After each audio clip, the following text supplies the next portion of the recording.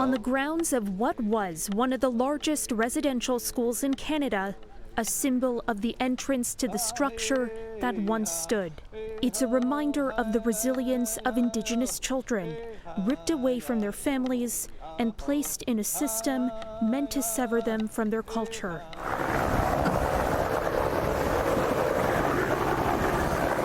A place of horrors acknowledged by Pope Francis with a moment of silent prayer.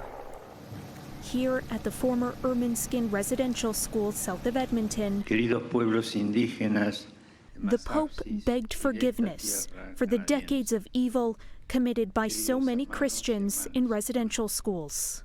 I am here because the first step of my penitential pilgrimage among you is that of again asking forgiveness, of telling you once more that I am deeply sorry.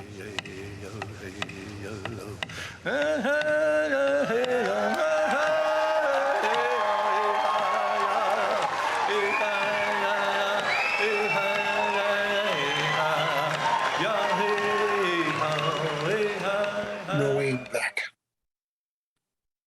the church finally understands. Chief Harvey McLeod of the Upper Nicola Band in BC is a survivor of the Kamloops Residential School, where evidence of unmarked graves led to a reckoning with a dark chapter in this country's past. When the delegation was in Rome, I put a period after he said, I apologize. That's what's really exciting about what happened today, is our people actually got to see the Pope and him say the words, and it's going to carry along. I feel in this apology, he addressed the broader issues associated with the church and their ideologies. The Pope's words were also personal for Cody Grote, watching from Ontario.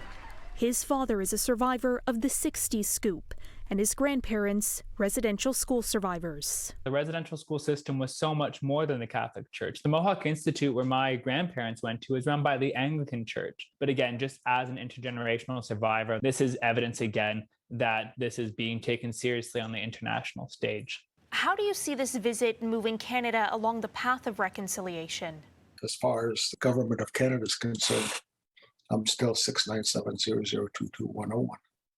Hoping one day that this place that I call a reserve, we have some control over that.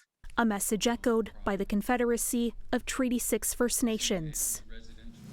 We hope and pray that by the end of tomorrow, when people in the world and everywhere start to understand our plight, that the government of Canada and the church will reach out their hand and say, let's get serious.